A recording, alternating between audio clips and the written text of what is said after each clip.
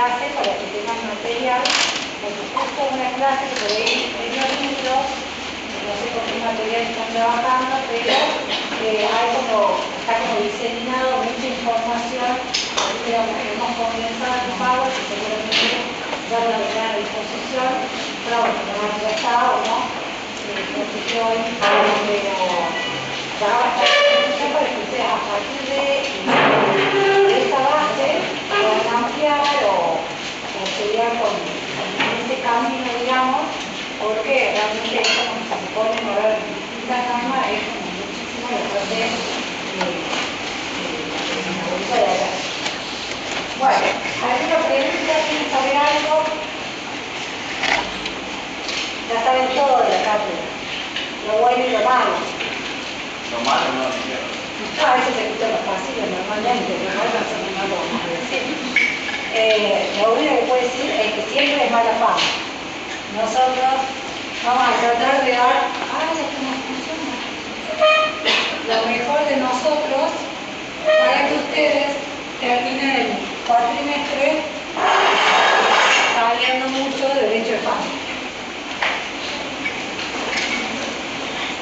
Ya sabrán que la doctora Celeste es una de las profesoras de familia, ¿no? Sí.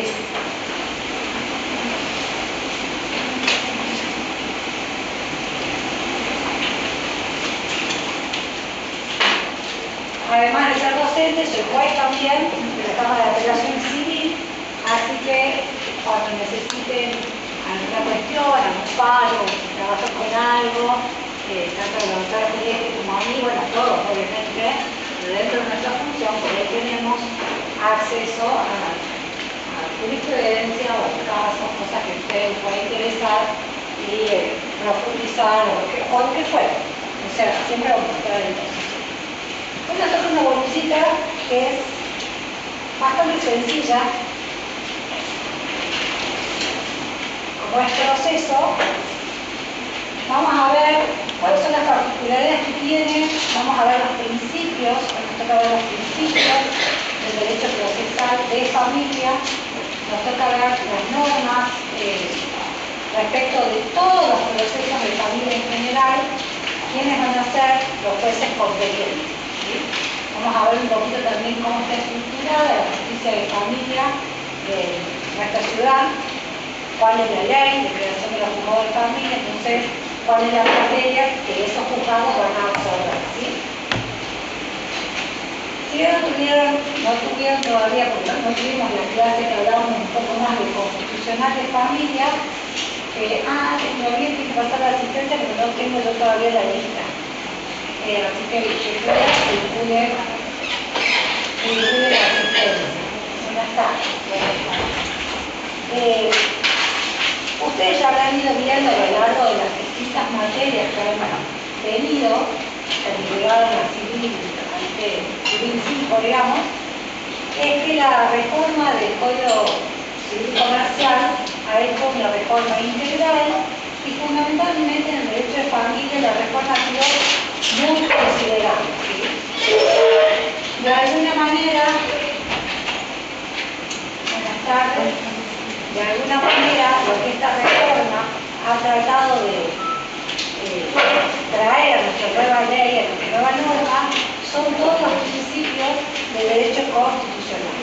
Ustedes ya estuvieron hablando seguramente de todos los nuevos tipos, de las distintas formas de organización familiar que se encuentran absolutamente todas protegidas por nuestra norma del Código Civil y Comercial, además de las leyes y de los tratados. Esta constitucionalización del derecho privado, del derecho de familia y demás, lo que hace es que entrelaza esas normas de derecho público con las de derecho privado.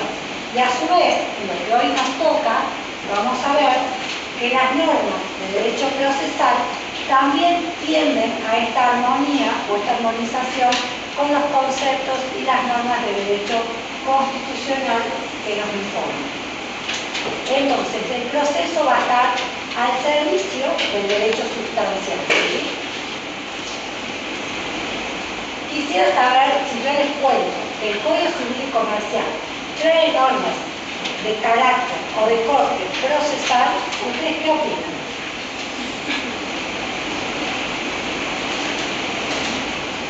Nada, les pregunté también como que habían estudiado derecho procesal, todos dijeron sí, muchachos de la vida.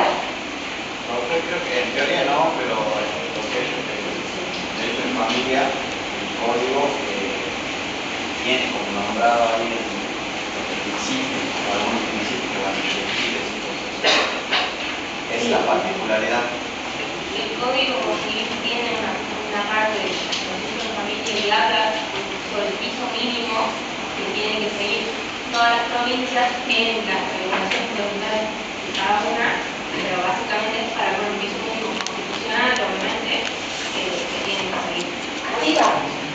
Las normas de derecho procesal las dicta cada una de las jurisdicciones provinciales.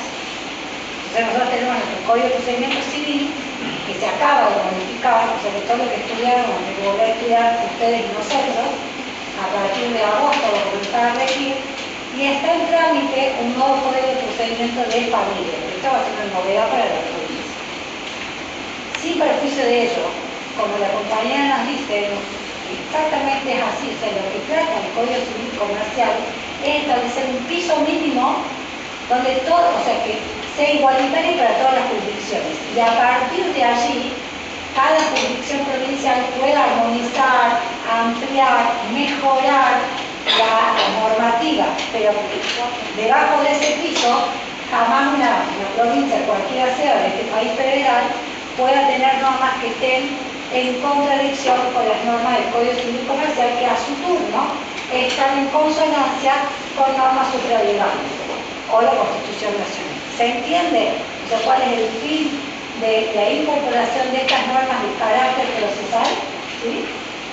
Vamos a ver. Entonces, la justicia familiar que requiere es absolutamente una rama del derecho que necesita especialidad. Y esa especialidad está enfocada hacia los jueces, ¿sí? Además son como los capitanes del equipo, digamos, en esto muchas veces, los operadores jurídicos, es decir, todos los abogados, y necesita también la especialidad de las interdisciplinas, digamos, psicólogos, asistentes sociales, psiquiatras, médicos, etc. Después vamos a ver, nuestros juzgados de familia tienen equipos propios, ¿sí? Justamente por la sensibilidad y la especialidad de la materia y los conflictos de que trata, ¿sí? Vamos a ver entonces, para que se entienda gráficamente, vamos a tener una zona de confluencia, que vendría a ser como esto, del derecho sustantivo, el derecho procesal, porque muchas veces el Código de Procedimiento Civil, obviamente nosotros aplicamos en los trámites de familia, digamos, en los distintos procesos, muchas normas de derecho procesal. Y vamos a tener las normas procesales del Código Civil y Comercial, que sería como en esta zona intermedia. Porque no es un típico proceso civil patrimonial y contencioso, sino, bueno, ustedes ya saben, el diario vivir, de todo lo que un escrito conoce de la vida, que puede conocer, los procesos acá, la materia es muy sensible, ¿sí? ¿No? En general, todo lo que se involucra en cualquier tipo de proceso de familia necesita una atención o la vía legal jurídica pertinente a los fines de poder canalizar y resolver de una manera distinta un juicio o un proceso de corte de derecho familiar. Normalmente, ¿qué ocurre en un proceso civil? En el juicio de prescripción, en el juicio de daños y perjuicios. ¿Cuál es el resultado de ese proceso? De los procesos en general. Uno gana y otro pierde. Uno gana y otro pierde, ¿sí? Entonces tenemos la típica antinomia vencedor-vencido, ¿sí? El derecho de familia y el proceso de familia a lo que tiende es a superar esa antinomia vencedor-vencido, a ir a una instancia superadora, y esa instancia superadora quiere decir la pacificación del conflicto que se trajo a resolver y a su turno poder a esa familia armonizarla de alguna manera, ¿sí? Por supuesto que esto es a lo que se tiende y muchas veces no se logra ese resultado, pero con la especialidad, con determinadas miradas de género, de vulnerabilidad, digamos, que uno necesita estas herramientas para poder resolver estos conflictos, vamos a poder lograr esa superación del vencedor vencido clásico del proceso civil, porque obviamente sigue siendo un proceso civil, ¿sí? Pero con esta mirada distinta y superadora del conflicto.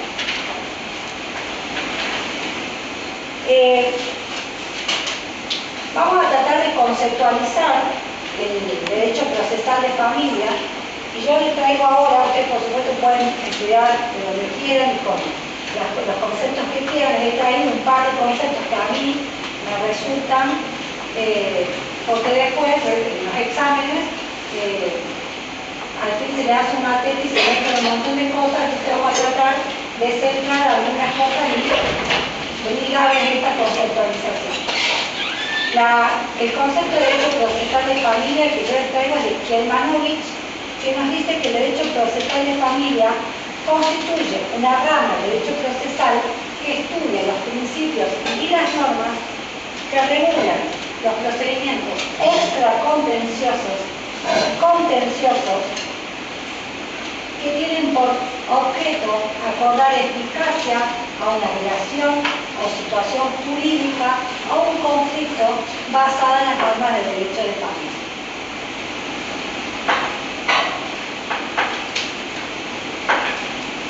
¿Más o menos tomaron nota?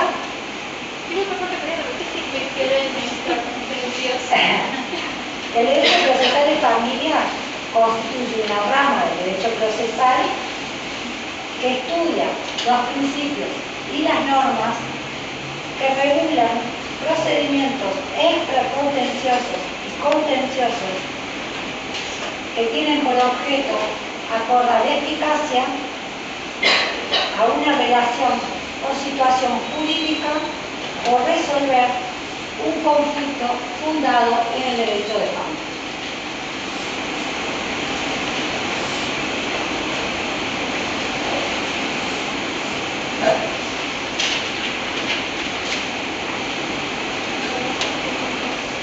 Bueno,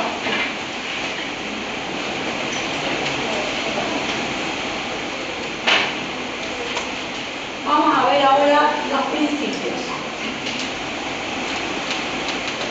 Están a partir del artículo 706, creo que hasta el 711 más o menos.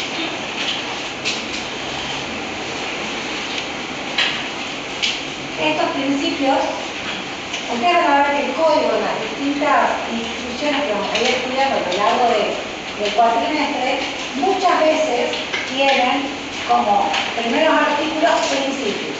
Y van a ver que están reiterados, ¿sí? Entonces, yo lo que les quiero explicar hoy, además de qué significa cada uno de los principios que nos tocan en esta bolsita hoy, es que cuando se sienta en un examen o escrito o oral, digamos, ustedes tienen que relacionar el principio con la bolilla que les toca. Porque ahora vamos a hablar de muchos que todo el tiempo están como repetitivos. Entonces tenemos que encontrar qué significa eso, que ustedes lo que tienen que comprender y estudiar qué significa, porque si no, ¿por qué me lo repiten desde el 700 hasta que termine el capítulo, digamos? ¿Por qué cada vez que se estudia adopción, se estudia responsabilidad parental, se estudia cada una de las instituciones, me repite? Es porque tengo que hacer este espejismo, esta interrelación entre el principio de que se trata y la institución de que se trata, ¿sí? Porque eso es un error que cometen todos los años. O sea, repiten como loro un concepto que a veces puede estar bien, pero cuando nosotros le decimos, ¿y qué quiere decir el interés superior del niño en las relaciones parentales? Y ahí nos quedamos. O sea, es como que no podemos pensar un poco más allá. Entonces repetimos el concepto, que está bien, pero necesitamos que ustedes puedan entender qué significa derecho del niño a ser oído, que interés superior en cada una de las instituciones, ¿sí? Ahora vamos a ver otros que además también los vieron en el derecho procesal, pero vamos a ver, o tratar de ver hoy, cuál es la significancia que tienen dentro de la temática del proceso de familia o cuáles son las particularidades que tiene en nuestro derecho procesal. El primero que tenemos está consagrado en el artículo 706 y están muy calladitos, así que espero que alguno lo lea. ¿Quién lo va a leer? Lo leo, profe. Dale. General del proceso de familia. El proceso Fuerte.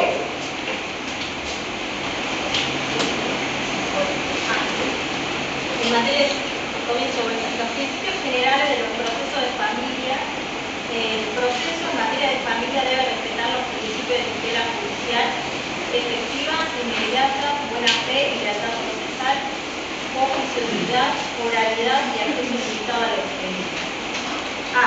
Las normas que rigen el procedimiento deben ser aplicadas de modo de facilitar el acceso a la justicia, especialmente tratándose de personas vulnerables y la resolución pacífica de los conflictos.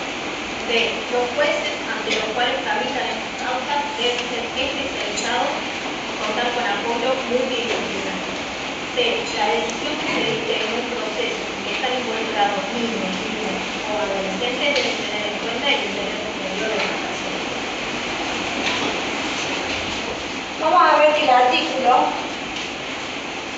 nos enumera todo, o sea, nos dice que es lo esperable, digamos, de la justicia de familia. Vamos a tratar de desmembrar un poquito y ir separándonos para ver a dónde estamos situados.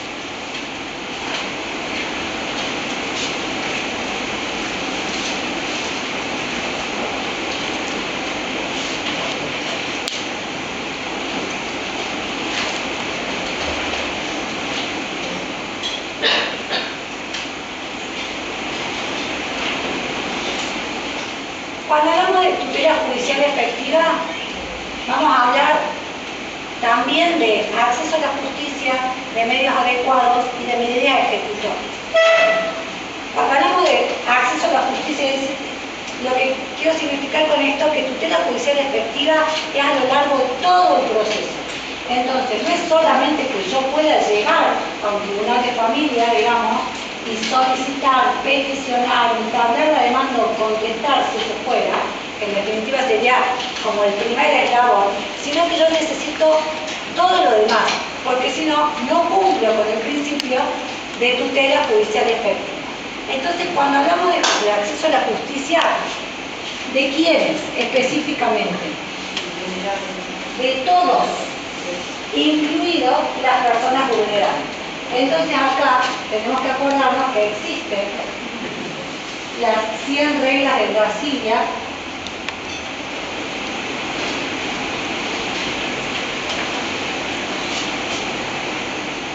de acceso a la justicia de personas en situación de vulnerabilidad.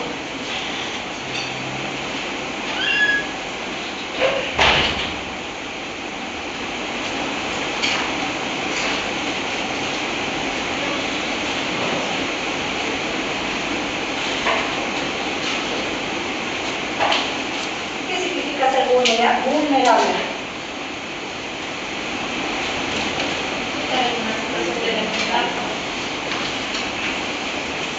Podría ser. ¿Qué más? ¿Quién tiene otra idea? Encontrarse en una situación de dificultad o de desigualdad. Va por ahí, no es más desigualdad. Sí. Estamos hablando de proceso. Hay una parte más débil. Puede ser una parte más débil, pero no va exactamente por ahí. Expuesto a situaciones desventajosas. Más o menos, más o menos. ¿Quiénes son personas vulnerables? F. Entonces, personas que los niños, por su edad, son niños, niñas y adolescentes. ¿Quién más? Los adultos mayores, o sea, son personas adultas mayores.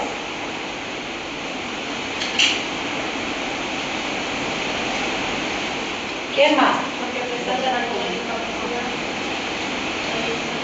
Exactamente, personas con restricciones a su capacidad o incapacidad.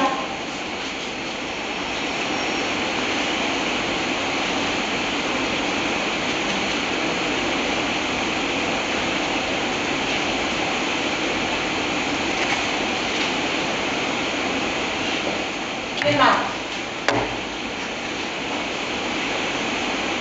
Mujeres. Bien, no se estaban acordando de nosotras. ¿Qué más?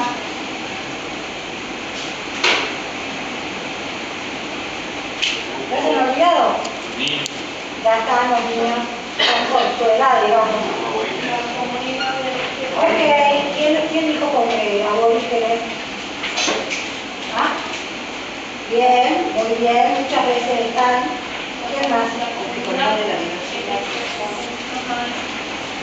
No te escuché. La comunidad de diferencia de compañeras. Exactamente, digamos, aquellas personas que por su sexo o elección de género, digamos, podría estar mujeres acá, de mujeres, de elecciones, digamos, diversas. ¿Qué más? Personas de bajos recursos. ¿Ah? Personas de bajos recursos. Exactamente, por su situación económica, o sea, personas que por distintas situaciones, vamos a tratar de hacer como una esquinita, ¿no? Después, situaciones económicas, culturales,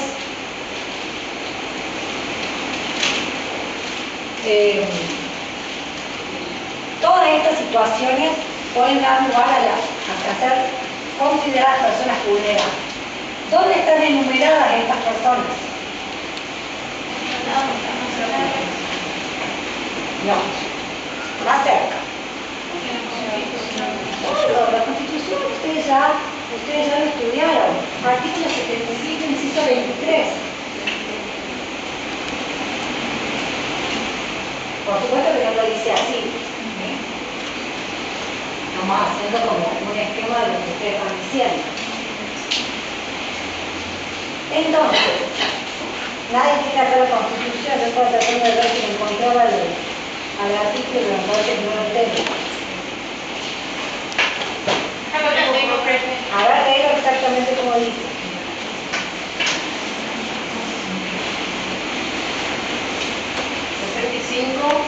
Inciso 23.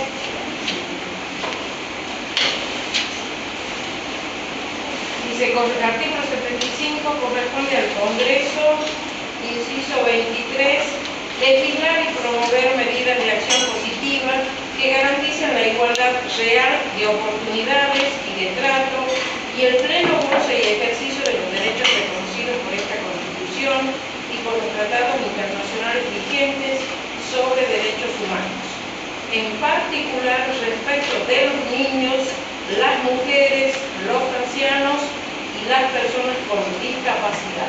Bueno, obviamente que la forma de mencionarlo es, ya muchas veces nosotros ya no hablamos de esta manera, pero simboliza todo esto que de alguna manera ustedes fueron diciendo, ¿sí?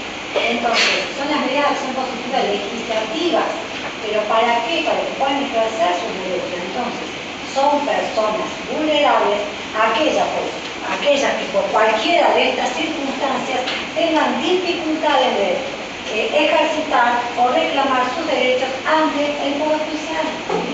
Esto es, de alguna manera, y además estamos hablando de acceso, o sea, de tutela judicial efectiva y de acceso a la justicia, justamente lo que nosotros queremos que estas personas que tienen alguna de estas vulnerabilidades o hay una interseccionalidad de vulnerabilidades, porque yo puedo tener una mujer menor de edad con problemas económicos, digamos, con situación económica humilde, personas humildes, de bajos recursos. Entonces no tengo una situación de vulnerabilidad, sino tengo un montón de situaciones de vulnerabilidad que potencia además esas dificultades a los fines de reclamar y de acceder al Poder Judicial, digamos, de alguna manera reclamar estos derechos reconocidos en la Constitución, en la ley, en el Código Civil y Comercial, que nosotros de alguna manera tenemos que encaminar a los fines de esta tutela judicial efectiva. ¿Se entiende por qué acá hablamos de esta manera? O sea, justamente yo quiero que pueda llegar a reclamar. Después si el reclamo es aceptado o no aceptado judicialmente, bueno, pero tiene que poder reclamar esa persona, ¿sí? Entonces, no es solamente Entonces, cuando hablamos de acceso a la justicia, de las reglas, también estamos hablando de gratuidad.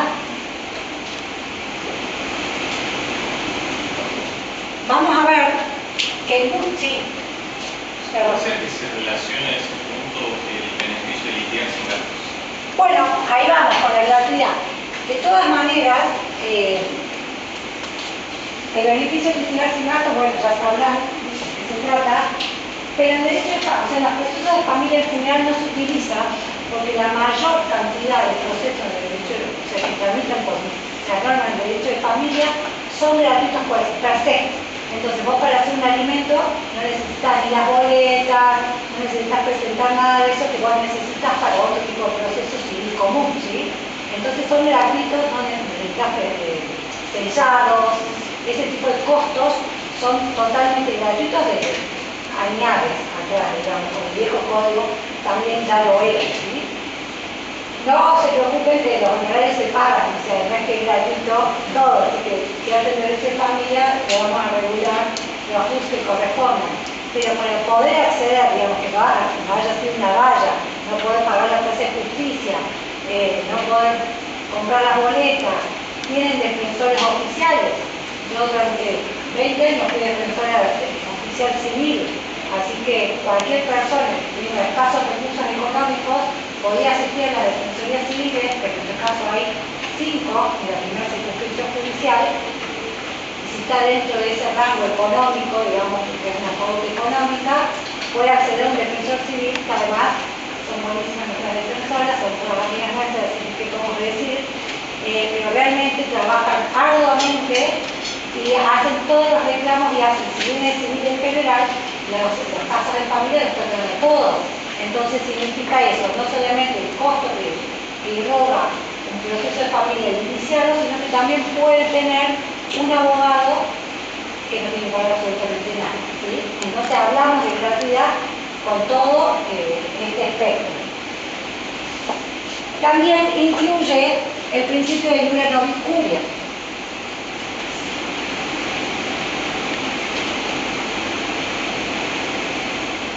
Entonces, de acuerdo al conocimiento que el juez tenga o que no presente, muchas veces en los procesos civiles sucede que te dice rechace se elimine, no se propuso correctamente, bueno, lo que fueran las vallas procesales. Acá el juez va a tratar de encaminar dentro, por supuesto, de lo razonable, la pretensión a los fines de que no se paralice por algún que otro omisión, alguna observación que se pueda hacer. Entonces va a haber como mayor flexibilidad. Vamos a ver que las normas procesales del derecho de familia tienen una flexibilidad que no tiene el proceso civil tradicional.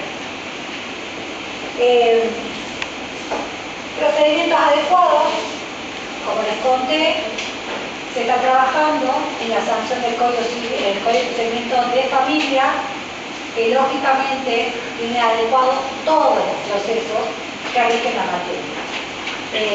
Trae como novedad, como el nuestro que ya tenemos, el Código Procesal Civil, mucha oralidad, ¿sí? Mucha oralidad.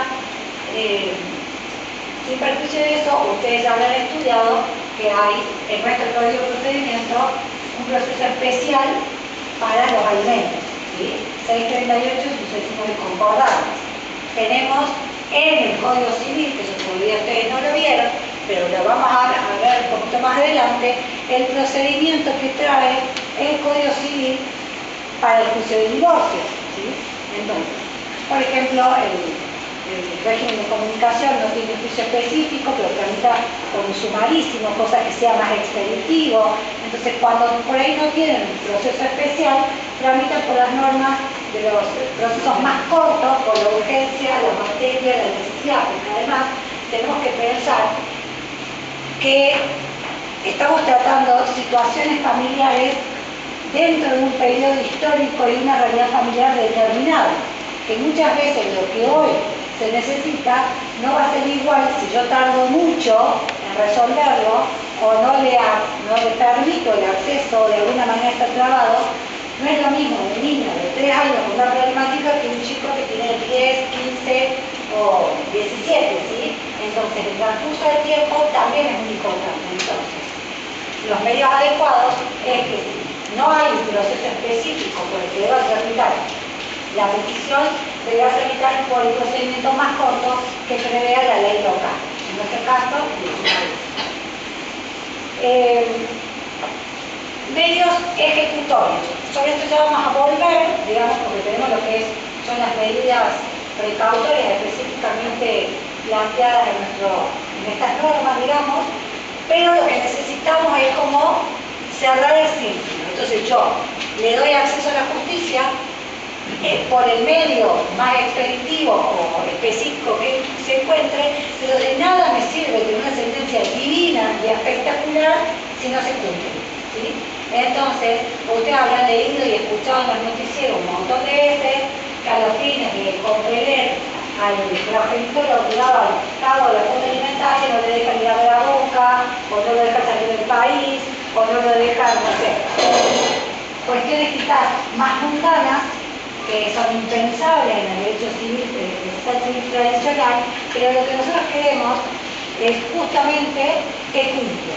Entonces, estas medidas un poco más ingeniosas, un poco más novedosas, lo que hacen, ese tipo de medidas, que estamos dando el ejemplo, pero vamos a ver otras, lo que hacen es que esa sentencia tenga efectividad, ¿sí?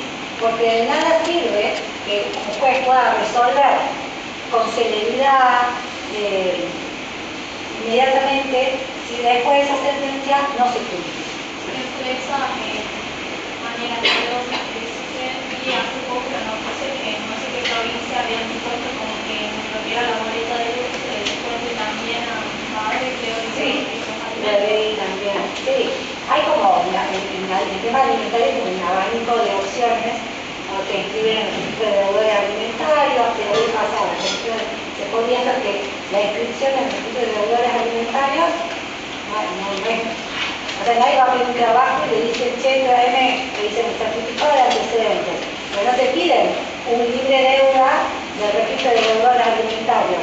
Entonces, ante esa situación, que era lo único que antes teníamos, los jueces fueron buscando medidas que fueran un poco más gravosas para esta persona, porque quizás a mí si no me dejan ir a ver boca no me interesa para nada, y yo no cumpliría claramente, pero quizás un fanático, sobre todo los fines de semana, que gasta tiempo y dinero en trasladarse a ver su equipo de la vida, realmente le genera una situación y para poder levantar la medida tiene que pagar, tiene que cumplir, ¿sí? Con lo que hay mayor dificultad es con el régimen de comunicación, porque el régimen de comunicación, después lo van a ver, pero se establece entre el niño, niña o adolescente, digamos, es su derecho de ver a su padre o madre no conviviente, y el beneficiario o solicitante que es el padre o la madre. Entonces, muchas veces sucede que la sentencia se dicta, se establece el régimen de comunicación, y lo cierto es que el padre no va. O muchas veces al revés, el niño o niña adolescente por distintas situaciones no quiere ir o lo hace de manera fluctuante, y ahí es donde todavía nos está faltando la pata, porque en definitiva un derecho subjetivo de esas dos partes, y es muy difícil lograr. El régimen de comunicación no es solamente una situación social y divertida, sino es un tiempo de calidad para compartir la vida con el padre no conviviente. Como sea, podríamos estar viendo televisión y sería lo mismo, haciendo la tarea, lo que fuera. Entonces, nosotros no, o sea, para que se cumpla realmente la tutela judicial efectiva, de nada sirve que yo le obligue al padre a retirar al chiquito, si lo retira, lo deja en la casa y se va a trabajar, no sé, a lo que fuera, y no pasa ese tiempo de calidad con su hijo. O al revés, un hijo que no quiere ir y que lo obligamos a ir, que en muchas ocasiones se hace, se trata de que esto suceda, pero es donde yo creo que objetivamente es donde más conflictos hay, justamente porque la finalidad del régimen de comunicación es casi imposible cumplirla obligándolo, ¿sí? Entonces, bueno, muchas veces la reclamo viene de la madre conviviente o del padre conviviente que quiere que el otro cumpla. Pero bueno, también es muy difícil eso en los hechos, ¿no? Porque además régimen de comunicación normalmente está establecido semanalmente o en hablarse diario. Entonces, el control judicial que se puede hacer del régimen de comunicación no solamente que debería ser casi permanente, sino que a lo largo de los años, ¿sí? La cuota alimentaria, como muchas veces se retiene, se tiene que depositar, el control es como más fácil, digamos, para después de la causa poder controlar el cumplimiento.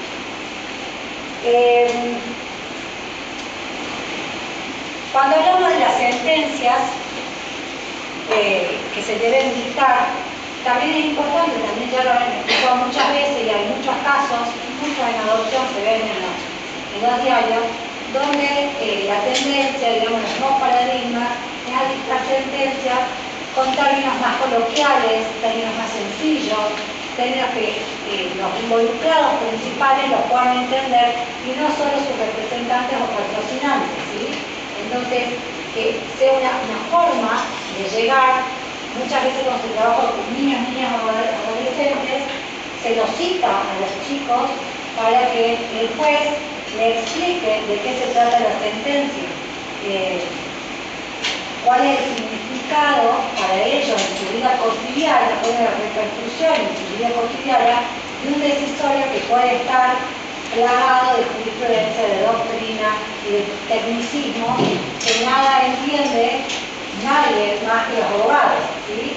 Entonces, no solamente para que lo pueda entender cualquier persona, que sea capaz y adulto, con el solo hecho de que tuviera otra profesión, es importante que lo pueda entender, sino que si son niñas y adolescentes nos esforcemos un poco más en que se pueda entender cuál es la decisión, porque los intereses comprometidos justamente son de niñas y adolescentes, ¿sí? Profe, perdón, el año pasado había visto que en familia, por ejemplo en el caso de adopciones, hacían como una especie de cuento, si se quiere, a la familia que iban a ser adoptados, sería algo así, más o menos, por ejemplo, un ejemplo de eso. Eso lo hicieron, sí, lo hicieron un cuento, gracias.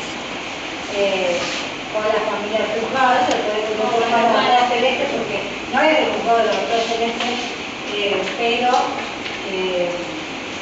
lo hicieron, creo que me familia número 2, si no me equivoco, lo vi yo en las noticias también, Como medidas para que ellos puedan entender.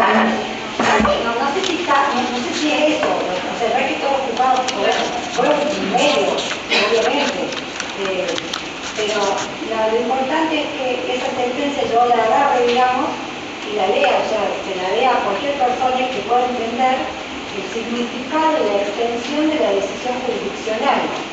Si, no sé si por la edad del niñito o del niñito involucrado hicieron esto del cuento y todo, se ve mucho en adopciones. Profe, es por un caso que tenía nacido por una chica que tenía una discapacidad, fue adoptada, Claro, quizás por eso. No se eligió de princesa, eligió que se puede. Sí, no me acordaba bien el contexto, pero probablemente eso tiene que ver con las particularidades de la niña, digamos. Pero la sentencia en lenguaje claro es el decisorio formal, digamos, redactado con términos claros. ¿Sí? Tiene un régimen de comunicación, responsabilidad parental, plan de parentalidad, en este caso de adopciones, no sé, lo que fueran restricciones, cualquier de los institutos que esté involucrado, toda la sentencia en sí misma tiene que estar redactada en un lenguaje más coloquial, más sencillo y entendible por todo el mundo.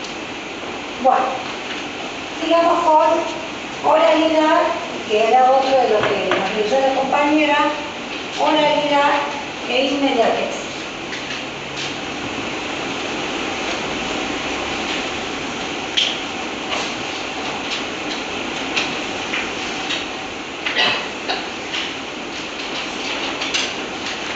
Todos ustedes les voy recomendando que vayan haciendo cursos de oralidad, sí o sí, y esto es fuera broma, digamos, el código de procedimiento que se viene es un código absolutamente de la oralidad, de la inmediación, de la celeridad, van a necesitar nosotros que somos de la vieja escuela, de ustedes más o menos, porque han venido el código de procedimiento viejo, pero van a tener que ejercer su profesión con el código de procedimientos nuevo, trae la parte civil dos audiencias muy importantes. elige evitar y la elige causa. Es, para que más o menos entiendan, es como lo que uno ve en televisión donde se expone verbalmente la teoría del caso. Entonces, esto de la oralidad no es solamente un principio que está en un artículo y me olvido y no me interesa. Ya en los juzgados de familia, hace muchos años, se trabaja con la oralidad, aunque no teníamos este formato de normas procesales, es una herramienta que ha servido muchísimo a la solución de conflictos, es una posibilidad que tiene el juez o que tenemos los jueces de tener una inmediatez con el conflicto y con las partes, ¿sí? Porque muchas veces lo que es plasmado en una demanda y una contestación es mucho más frío, que es mucho más técnico, por ahí no refleja las circunstancias familiares particulares, pero mucho más allá, por ahí no refleja cuál es la expectativa que esos usuarios del servicio de justicia tienen respecto al tribunal y de la resolución de su conflicto, ¿sí? Entonces, teniendo los clientes, escuchándolos, explicándoles qué hacen en la audiencia y ellos contando su situación familiar, es mucho más efectivo a los fines de lograr después otro de los principios que es la solución pacífica de los conflictos, ¿sí? ¿Qué nos permite esto? No solamente cuando hablamos de adultos, sino cuando hablamos de niños, niñas, adolescentes, el derecho del niño a ser oído, el haber escuchado infinidad de veces. ¿Qué significa el derecho del niño a ser oído? ¿Qué se les ocurre? Poder tener en cuenta también cuál es la voluntad del niño en el momento, digamos, de tomar una decisión Ok. que podría beneficiarlo, digamos. ¿Quién más?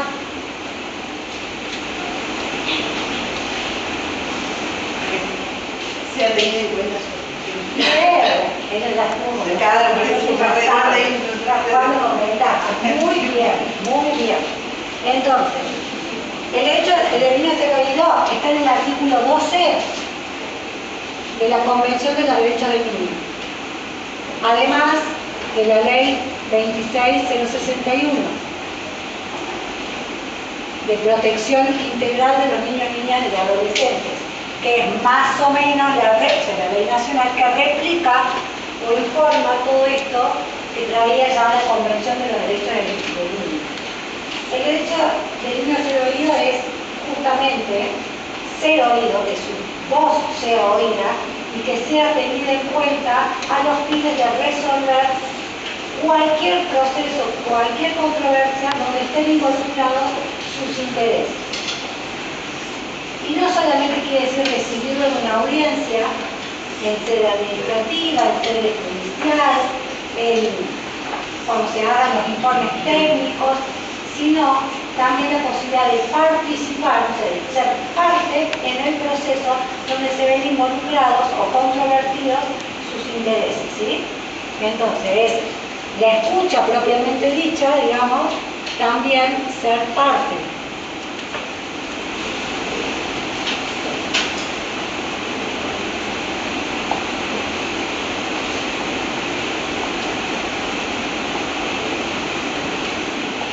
Y ser oído significa también, o sea, engloba la situación de que el niño, niña, adolescente se manifieste, digamos, verbalice cuáles son sus inquietudes, sus necesidades, sus deseos respecto al tema que se le consulta, pero también que omita expresarse, ¿sí? Entonces, si no quiere hablar de la situación, si no quiere involucrarse, también poder respetar eso, poder valorar sus gestos, sus expresiones no verbales, ¿sí? Para poder desentrañar justamente cuál es la real opinión del niño, niña, adolescente sobre el tema que se está tratando en un proceso judicial. Porque a veces cuando son muy pequeños hay que tratar de utilizar distintas herramientas, muchos utilizan los dibujos, muchos lo hacen con psicólogos, con asistentes sociales, o sea, tratar de buscar el medio, la forma que de alguna manera pueda materializarse en los hechos la voz de este niño, niño adolescente. ¿Qué quiere decir? Que yo como juez voy a tomar a rajatabla la palabra o la opinión que el niño tenga, no necesariamente. No necesariamente. Pero la obligación legal que tengo es de manifestar en mi sentencia cuáles son los fundamentos por los que me aparto de la opinión del niño, digamos, o porque yo entiendo que esa opinión puede estar sesgada, puede estar influenciada, puede no contemplar su interés superior, porque el interés superior del niño y el derecho del niño a ser oído van absolutamente entrelazados. Entonces, como juez, la obligación no es solamente citar una audiencia y decirle tu mamá quiere que tire el codo, tú quieres llevar el codo, y tu papá quiere que tú quieras acá, ¿qué hacemos? Me quiero ir, listo, no es así. O sea, realmente involucrarse, poder escuchar lo que ese niño o niña adolescente tiene que decir y tomar una decisión fundada. Como toda la sentencia, toda la obligación de nosotros tenemos de fundar la sentencia. Pero si yo entiendo que lo que manifestó es contrario a sus intereses, tengo que fundarlo de manera más reforzada, ¿sí? La ley uso también, profe, la ley también tiene que ver con obligatoriedad de Claro, bueno, como establece la Convención, muchas normas procesales y de fondo nos refuerzan, digamos, refuerzan esa obligatoriedad que tenemos de escuchar. Muchas veces se pensaba que en sede administrativa no, por ejemplo, entonces hay otras situaciones, porque cuando hablamos de sede administrativa hablamos de cuando los chicos están en el sistema de protección, y todavía está judicializada la conflictiva, pero hay mucha intervención que luego al tener repercusiones judiciales, la privación de la responsabilidad parental, una declaración de adoptabilidad y después una adopción. Entonces todos esos procesos administrativos antes estarían como ajenos a esta obligación que la Convención traía, y cada vez más vamos aprendiendo de que esta obligación que tenemos es en todos los ámbitos y para distintos operadores, ¿sí?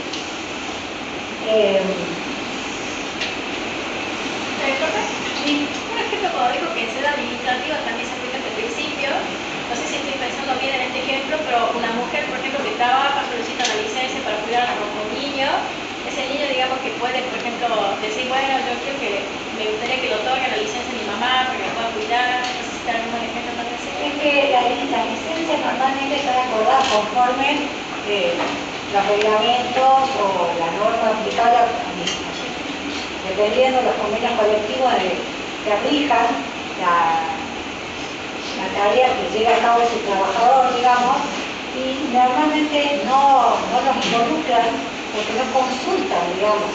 No es que tienen que consultarlo ahí porque eso ya está pautado con los sindicatos. Nosotros en el Poder Judicial tenemos nuestro propio reglamento y las licencias se acuerdan, casi todos tienen atención de familiar, por ejemplo. Entonces no se requiere la consulta del niño en ese caso. Ah, en sede administrativa, se imaginé. En sede administrativa lo que te digo es cuando son niños cuyos derechos han sido vulnerados o hay riesgo de que se vulneren, eso va a ser una bolilla completa, pero interviene el sistema de protección, que a veces va cambiando de nombre, puede ser la Secretaría de Familia, el Ministerio, Subsecretaría, van poniendo como distintos nombres los gobiernos, pero en definitiva son aquellos en grupo enorme, interdisciplinario, de gente que trabaja en ese sistema a los fines de salvaguardar esos de los derechos de los niños que tienen en riesgo o que de alguna manera ya han sido vulnerados previo a entrar en un sistema judicial. Son chicos, para que vos veas un ejemplo como más tangible, los niños que están institucionalizados en casa cuna, por ejemplo, o en hogares Warmi o los que juegan. Entonces, todo ese trabajo que se hace con las familias, previo que se van tomando distintas medidas, que se llaman medidas de protección, y después hay unas más gravosas que se llaman medidas excepcionales, se trabaja con ese niño de manera interdisciplinaria. Y ahí es donde debe existir la escucha prevista en el artículo 2. A eso me referí. Disculpe, profesora, ¿me permite dar un ejemplo? Sí, por supuesto. Por ejemplo, la línea 102, que es una un programa de escucha de un niño adolescente ha llegado a tener cierta importancia, inclusive que inmediatamente el niño, el solo hecho que haya dicho estoy en peligro, ayúdame, se activa el sistema inmediatamente. Antes era como que, ¿cómo puede ser que un empleado, en el caso del sector administrativo, llame a la policía y pueda movilizar todo el sistema policial en pos de un llamado de niño? Bueno, a ese grado ha llegado la importancia de ser administrativa de la escucha del niño. Claro, vamos aprendiendo, va avanzando realmente, antes era impensable, Pero en el juzgado de familia eso ya ocurría, previo al código ya se trabajaba muchísimo con la realidad y las audiencias. Vamos a interés superior.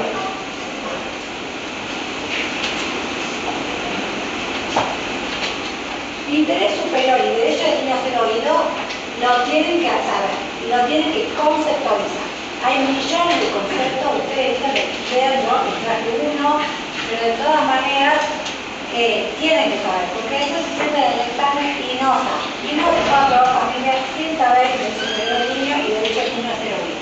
Vamos, no me digan que no les avisen. Primer día en clase ya les estoy avisando.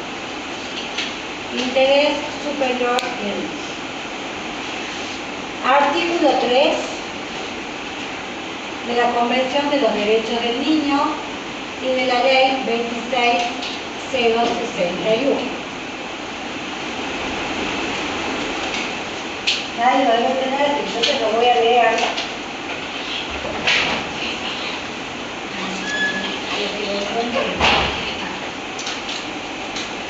Voy a leer el concepto que dice acá, yo después le voy a editar otro que parece más fácil de estudio porque es como, bueno, ustedes me digan.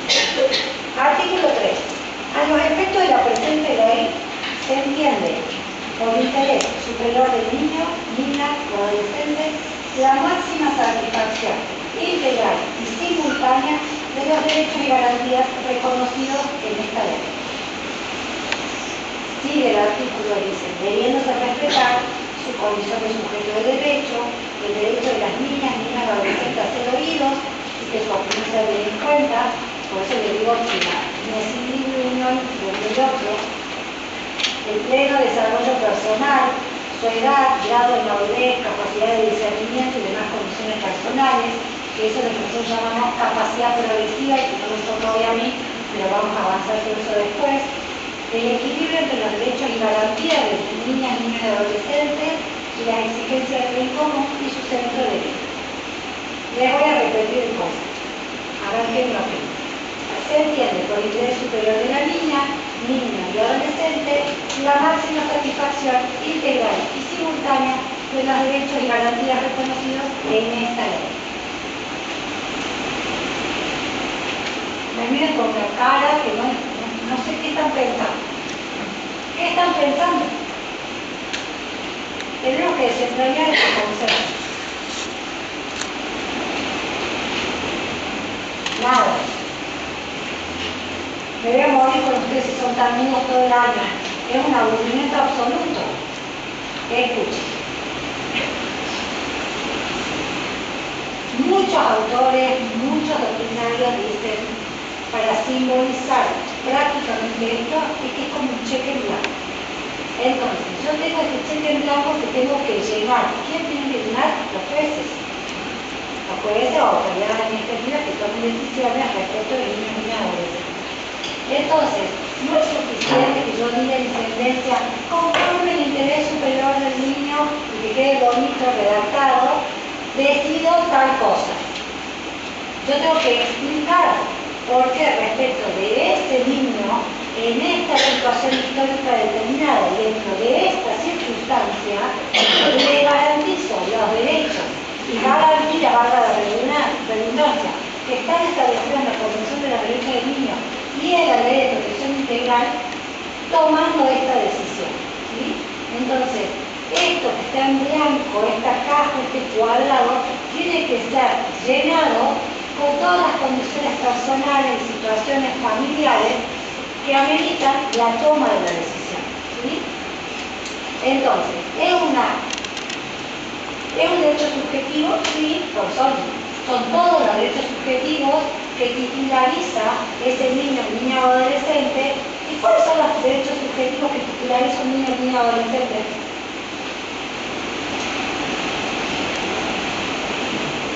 No, este es como el 19 grados.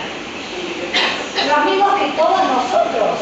Tiene los mismos derechos y garantías que tenemos todos nosotros. No hay ninguna que está reconocida en la Constitución, en los tratados, en el Código Civil, absolutamente todos los mismos.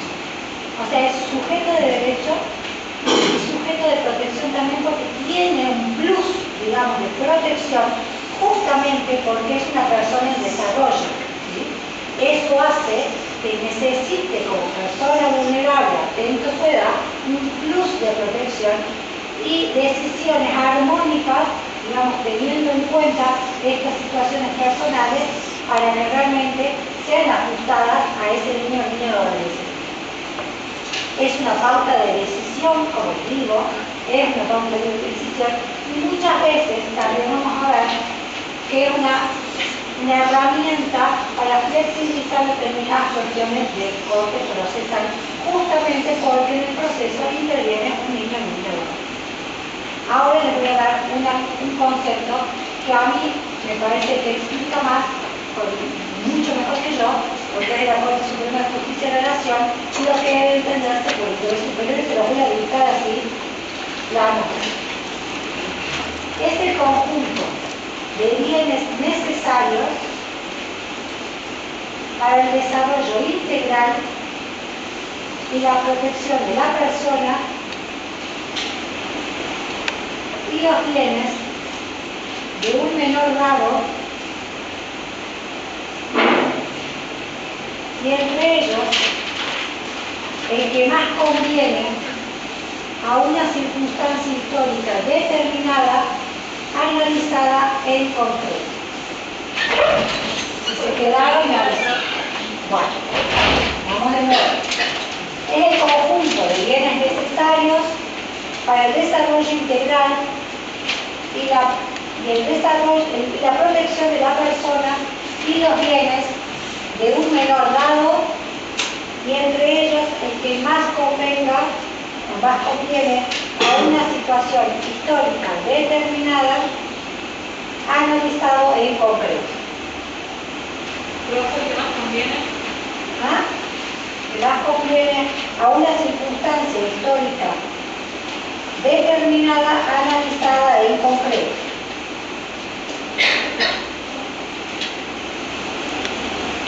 Profe, ¿cuál es la carátula de ese padre?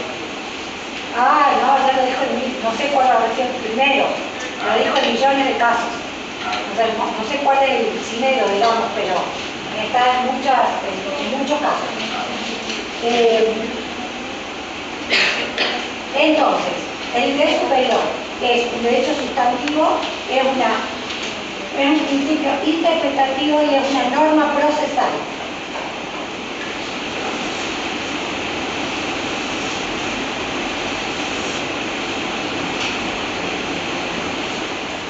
Esto fue así establecido en la Observación General 14/13 del Comité de los Derechos del Niño.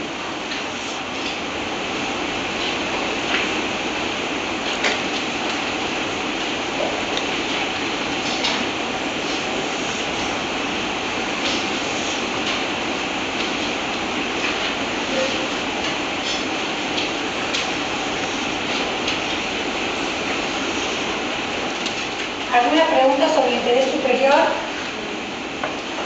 Dijo que es un derecho subjetivo, Un derecho sustantivo sustantivo interpretativo y norma procesal. y una norma procesal. Vamos ahora al principio de oficiosidad.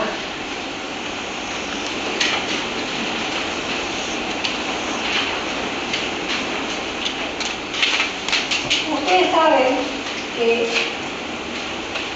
el principio que rige el derecho procesal civil clásico, digamos, tradicional, es ¿cuál?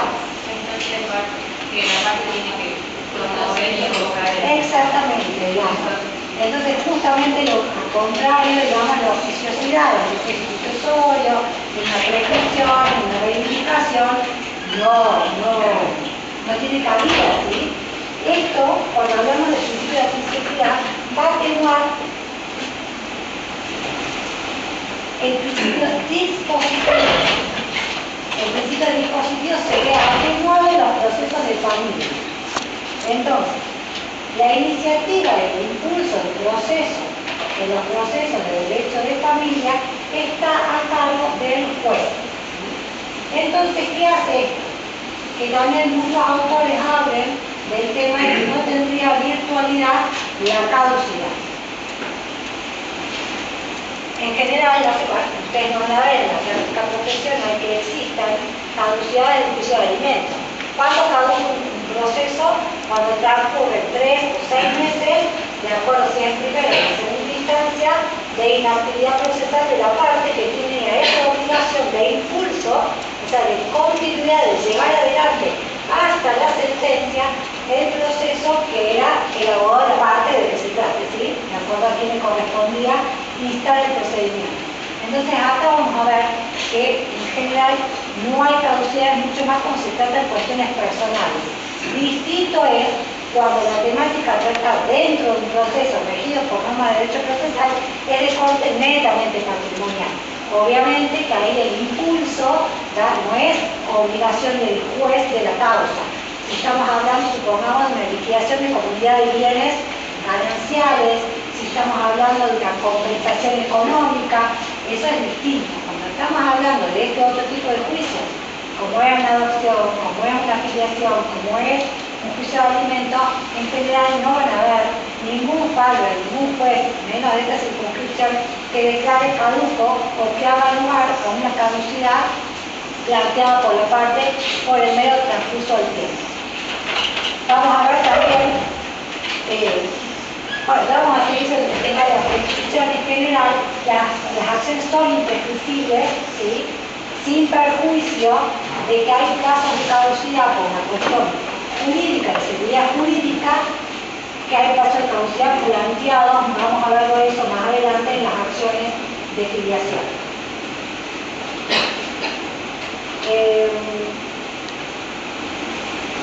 ¿Cuál nos queda? Libertad y amplitud probatoria. Ustedes van a, seguramente se recordarán, cuando hablamos, supongamos, bueno, acá hay libertad probatoria, o sea, de los medios probatorios se pueden ofrecer cualquier tipo de medio tradicional, documental, instrumental, prueba de testigo, etc. Pero en lo que refiere a las pruebas de testigos específicamente, muchas veces ustedes vieron que existen las oposiciones o la carta de testigo porque tenía algún tipo de relación personal o parentesco con la persona invasora o demandada. Entonces se descartaban esos testigos justamente por esta vinculación, porque podría haber cierta parcialidad. Van a ver acá que no solamente rige la amplitud del ofrecimiento de la prueba, sino también en esta específica prueba de testigo, lo que se entiende es que justamente la conflictiva del derecho de familia, quienes más conocen lo que sucede en el seno de esa familia son las personas más cercanas, llámese amigos, llámese parientes. Entonces, ¿se pueden ofrecer? Sí, se pueden ofrecer, van a ser valorados teniendo en cuenta esa vinculación para poder desentrañar la verdad real, que es el objetivo del proceso, pero se pueden ofrecer y la tasa de testigo no va a prosperar. No solamente es la amplitud de los medios probatorios, sino cuál es el objeto que se va a probar, sino la valoración también.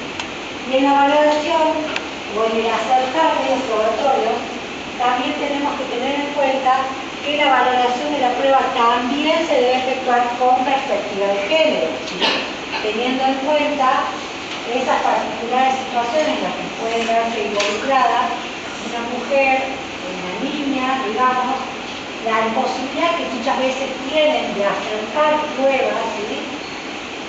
Y entonces esto nos lleva a las cargas dinámicas de la prueba. Ustedes ya saben que deberá probar a que se encuentre en mejores condiciones de hacerlo. Entonces, nos salimos de esa estructura rígida que tenemos en el derecho procesal que dice que aquel que alega debe acreditar. Entonces, en el proceso de familia, muchas veces, por más que yo alegue, la prueba se impone a la otra parte, se agrega para el proceso, para todos, digamos, en forma común, y tiene que ser mejores condiciones de probarlo, deberá hacerlo.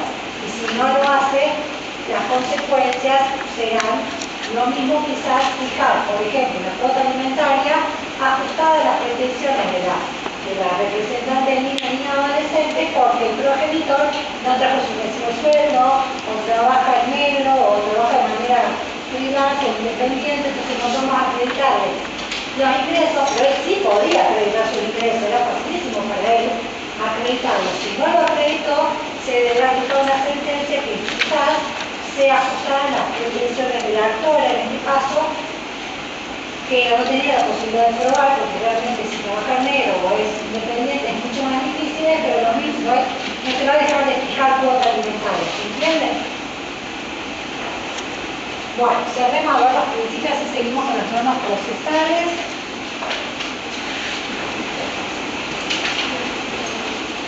¿Preguntas hasta ahí? ¿Nada? Bueno, acciones de Estado.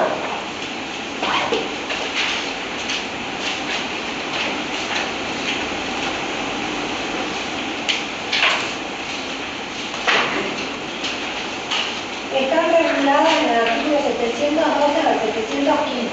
Para que nos vamos conociendo, vayan sabiendo que yo los números no sé ni del artículo 1 al último, no me acuerdo nunca el número, pero yo se los traigo macheteados para que ustedes nos vayan siguiendo.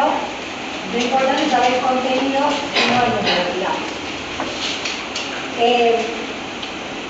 El Estado.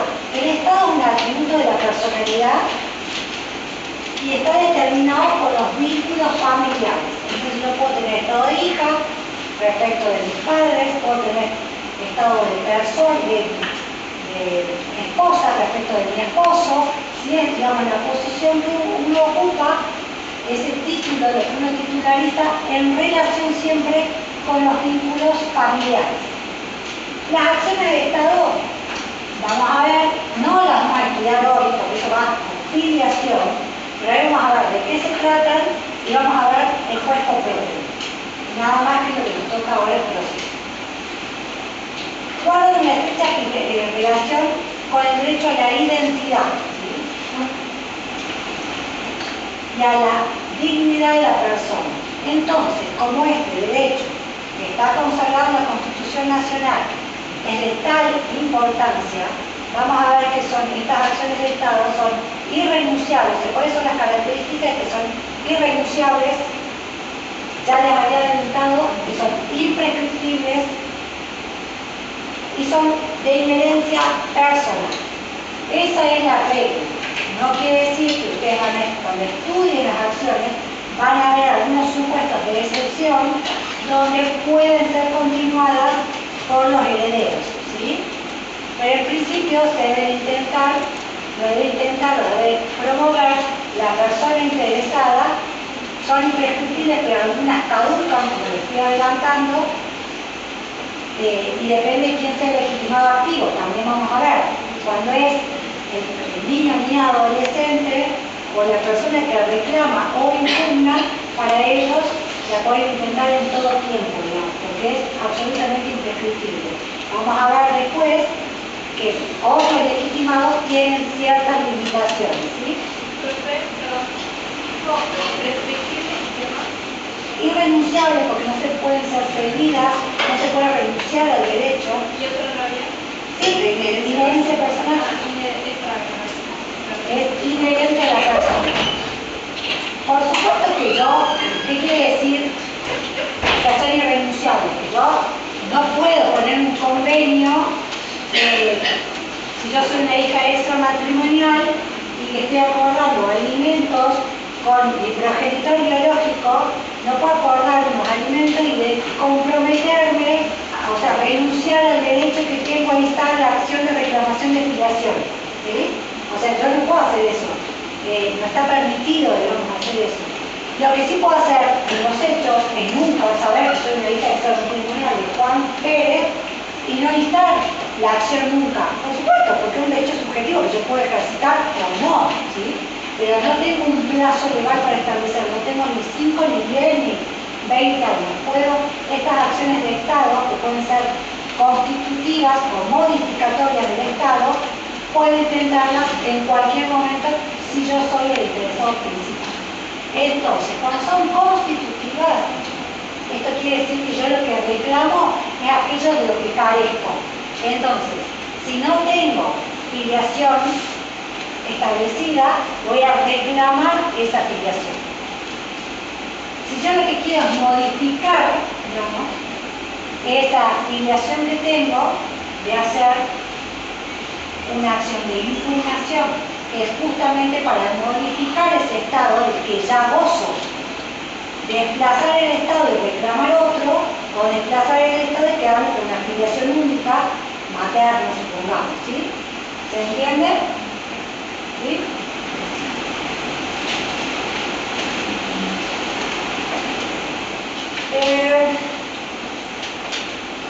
Vamos a las reglas de competencia, antes que se nos acabe el tiempo. Son el artículo 716 a 729.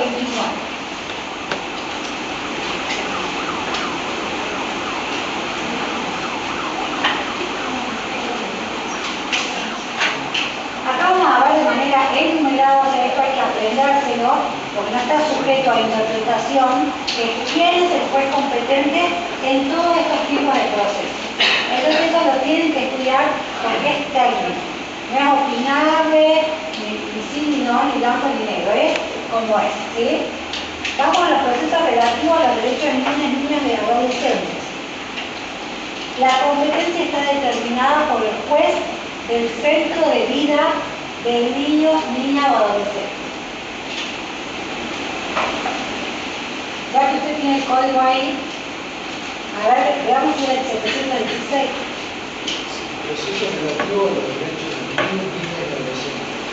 En el proceso referido a la responsabilidad parental, guarda, cuidado, régimen de comunicación, alimento, adopción y otros que decían de forma principal que modifican el resultado en otras jurisdicciones del territorio nacional sobre derechos de niños, niñas y adolescentes. Es competente el juez del lugar donde la persona menor de edad tiene su centro de vida. Entonces, ¿qué necesitamos? Después el artículo se lo aprenden, pero ¿qué necesitamos saber? O sea, cuando los procesos refieren a niños, niñas o adolescentes, el juez competente es el centro de vida.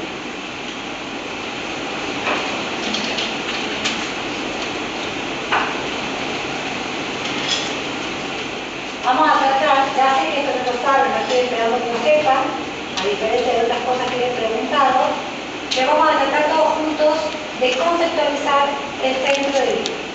¿Qué sería centro de vida? Cualquier idea que tengan.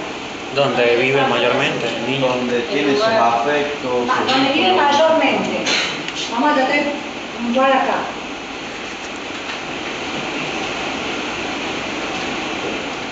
Donde desarrolla sus afectos.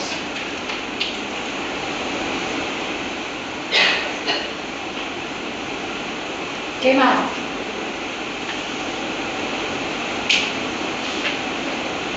Puede ser también donde estudia. Puede ser su pertenencia. Sería más o menos como sus afectos. Sí, donde hacemos su vida cotidiana. Ok. Su cotidianeidad.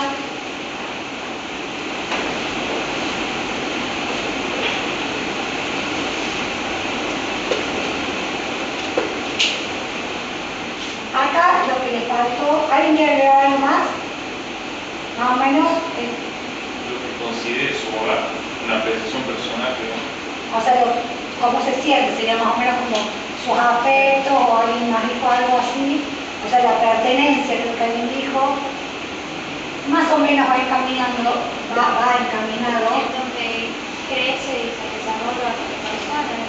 Ok, crece. ¿Legal? Y no justamente. No justamente. Como uno puede ser un domicilio real y no ser justamente el centro de vida, digamos. O sea, la conceptualización del centro de vida como derecho del niño a ser oído y como interés superior la tiene que saber.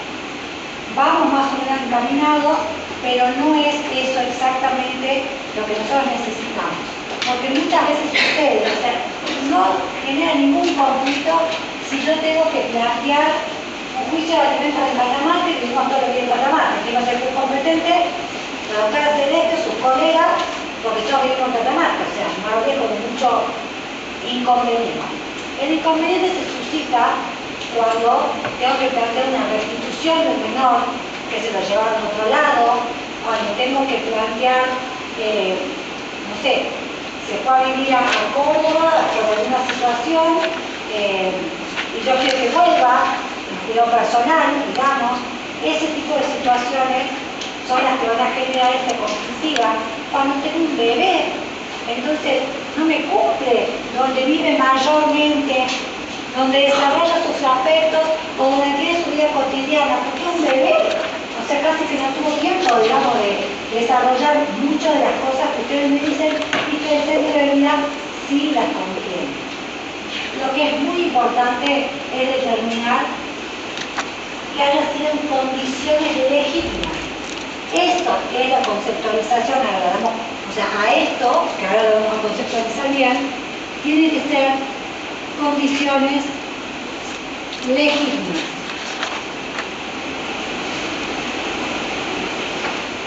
Si yo tengo un hijo de 3 años y se lo llevan, como el caso ese tan famoso de la mujer argentina que se lleva a sus 3 hijos se llamaba el países árabes, bueno, otra cultura, otras normas, otros regímenes completos. Yo tengo niños chiquitos que los llevan a vivir a Tailandia y de pronto pasa, hasta que yo ubico dónde está, hasta que yo veo cómo voy a juzgar, pasaron 4 años más. Entonces, vive mayormente, ¿dónde vivió mayormente? Tailandia, no sé, en Arabia, en Dubái, en Paraguay. Entonces, el centro de vida o el juez competente es ese juez, con la dificultad que me significa litigar para la restitución de un hijo o para lo que pueda, para el cuidado personal, tener que litigar en otra jurisdicción, en otro país, y sin dar ejemplos tan groseros. Nosotros vivimos en Catamarca, tenemos que ir a litigar en Ushuaia, por ejemplo, con el costo que significa, entonces, el principio de acceso a la justicia, toda la tutela judicial efectiva, todos estos principios tienen que estar interrelacionados. Entonces, cuando generamos normas, legislamos o aplicamos las normas, tenemos que sopesar todos estos principios para que uno no se sobreponga sobre el otro y que todos podamos jugar o seguir rigiéndonos con estas normas esos mismos. Entonces, vamos a ver que el centro de vida tiene 2 elementos, uno objetivo y uno subjetivo. El elemento objetivo es aquel lugar donde el niño haya pasado la mayor cantidad de tiempo de su existencia en condiciones legítimas, ¿sí?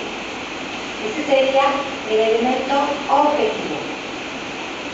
Tiene un elemento de espacio y de tiempo, ¿sí? El lugar, digamos, donde haya transcurrido la mayor cantidad de tiempo que haya vivido, que haya estado su cotidianeidad, como dicen los compañeros, pero las condiciones legítimas. Y cuando hablamos del elemento subsidio, ¿qué implicaría las condiciones legítimas? que no me lo hayan sustraído, a eso voy. Que no sé, si vivíamos en Catamarca, el padre de mis hijos no decía subir un colectivo, digo un colectivo porque acá para circular dentro del país pueden circular sin autorización. Quizás, a ver si tienen que salir, aunque sea Uruguay, yo creo que tiene una autorización normal de que salga. Pero ya se ve como otro entramado, peor aún. Pero si se va a Ushuaia, digamos, si se lleva un chico a Ushuaia, ¿dónde tengo que litigar? lo que sea que tengan que vigilar. Entonces, eso es condiciones legítimas. Y el contexto socioeconómico, por ejemplo, de un centro de vida, entraría dentro de las condiciones legítimas. No te entiendo. Por ejemplo, una casa que por sus condiciones, su infraestructura, quizás no es la mejor, no sé, las paredes están mal, tiene problemas de agua. Estamos hablando de juez competente nada más. Esto es juez competente. O sea, ¿quién va a entender en el proceso de alimentos, en el proceso de cualquiera que tenga que ver con la responsabilidad parental, una restitución, una supresión del apellido, o sea, cualquier juicio, digamos? Juez competente nada más. Después todas esas condiciones serán analizadas a los fines de resolver un conflicto de quién se encuentra en mejores condiciones para asumir el cuidado personal, supongamos, por ejemplo. ¿Sí? Bueno, y en el método subjetivo es esa percepción personal que estuvieron diciendo de dónde se desarrolla, con quiénes interactúa, cuáles son los vínculos afectivos que ha ido creando, que es más o menos lo que se conceptualiza como residencia habitual. ¿Sí? Por ejemplo, cuando hay padres o menores que van muy chicos, por ejemplo, adolescentes, el centro de vida del niño fue cuando tuvieron miedo a la provincia. Sí. Eso fue casi superado de edad. Y el centro de vida de ese niño, solamente, en el tiempo que se fueron ambos realmente. Se fue a Córdoba. Se fue a Córdoba hace un año y allá se pelearon. Cuando vuelve para acá, la marca para allá. Si es legítimo, el centro de vida puede haber modificado. Se puede modificar, porque tiene que ver con esto de la residencia habitual. Pasa a ser juez competente después de Córdoba. ¿Alguna otra pregunta? ¿No entraría el caso típico de Icardi con Guanagar? ¿De Por qué? ejemplo, Icardi con Guanagar, por ejemplo, los niños, los Bueno, pero no lo son supera. italianos, eso yo, bueno, Icardi la obra en Turquía y Guanagar en Argentina. El centro de vida de los chicos es argentino. Digamos, los quiero circunscribir para el tema de la escuela, competencia. Sí, sí. En el caso ese, ¿cómo sería? Es el juez competente, el juez, creo que vive en Buenos Aires, no estoy segura si es capital o provincia, pero de acuerdo a qué se trate, digamos, seguramente vive en provincia, juez competente de donde viven, en Buenos Aires, En este caso las menores. donde viven las menores.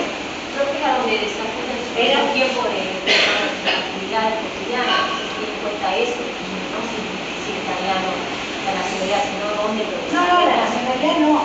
Claro, por eso digo, que se tiene en cuenta dónde realiza sus actividades cotidianas, porque usted no tiene un mayormente, que tiene su familia, su círculo más cercano, eso tiene en cuenta para el centro de vida, digamos, para el juez competente en este caso. Es donde haya pasado la mayor cantidad de tiempo de su existencia en condiciones legítimas. Claro, Si hay como medio, o sea, los problemas surgen cuando hay como, o son niños muy pequeños, o han vivido 10 años en Italia, 8 años en Turquía, con el ejemplo de Guanagar, vienen a Argentina hace 3 años que viven, pero en realidad acá, en condiciones legítimas, van al colegio, tienen su familia ampliada, porque tienen sus abuelos, la competencia se controvierte. Yo le mando acá y me pueden, en el caso del ejemplo de Cali, por decir, es incompetente, o sea, que se va a tener que resolver. Son esas líneas finitas lo que generan el conflicto.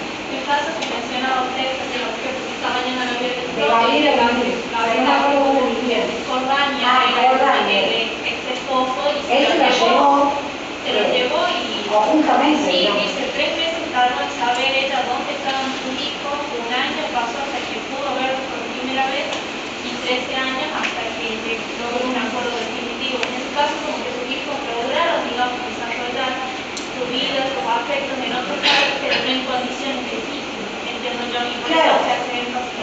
Obviamente no son adultos esos chicos, pero en el Claro. momento que esto sucede, No fue ella, legítimo en su caso. bueno, en ese momento no regía esta regla de competencia que se llama el centro de vida.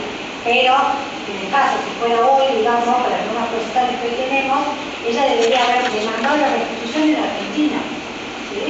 Porque justamente se sacó y ellos habían vivido como matrimonio, como familia, vivían en Argentina, no me acuerdo de qué ciudad, pero digamos, fue competencia de Argentina. A eso me refiero. Pero los problemas de competencia son cuando la línea es como muy delgada y es como difícil saber. Porque en otros casos es como muy claro, como les digo, si vivimos todos los días acá hacemos los alimentos, acá hacemos el régimen de comunicación, acá hacemos la adopción, ¿sí? Procesos relativos a las personas afectadas en su salud mental, restricciones de la capacidad, incapacidades, internaciones, es el juez del domicilio, de su domicilio, o sea, del domicilio del afectado, o en el lugar de su internación. Tuvieron que por H por B internado en Córdoba, aunque su domicilio, su residencia habitual fuera Catamarca, van a tener que tramitar en Buenos Aires y esté internado en Buenos Aires. ¿Sí? Acciones de divorcio y nulidad de matrimonio.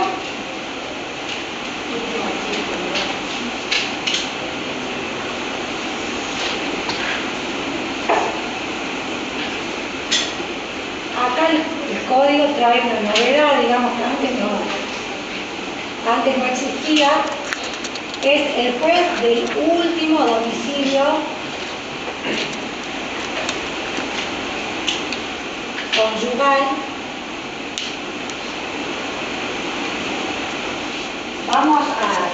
Ustedes ya van a ver, pero ahora les voy a explicar un poquito, hay dos tipos de divorcio. Un divorcio unilateral y el divorcio bilateral. Son las dos únicas formas de divorciarnos que existen en nuestra legislación actual. Si es unilateral, puede ser el del último domicilio conyugal, ¿sí? De cualquiera de los cónyuges. Profe, ¿por qué dice puede ser? No es. Bueno. No sé qué me preguntó. No, es. Cualquiera de los cónyuges, digo, puede ser cualquiera de los dos, porque esta es bilateral. Profe, ¿qué significa DIV? DIV o nulidad, ¿qué significa DIV? Divorcio. A ver si tengo el artículo, no lo tengo, acá me he chequeado. ¿Cuánto? 717. 717. Procesos de divorcio y nulidad del matrimonio.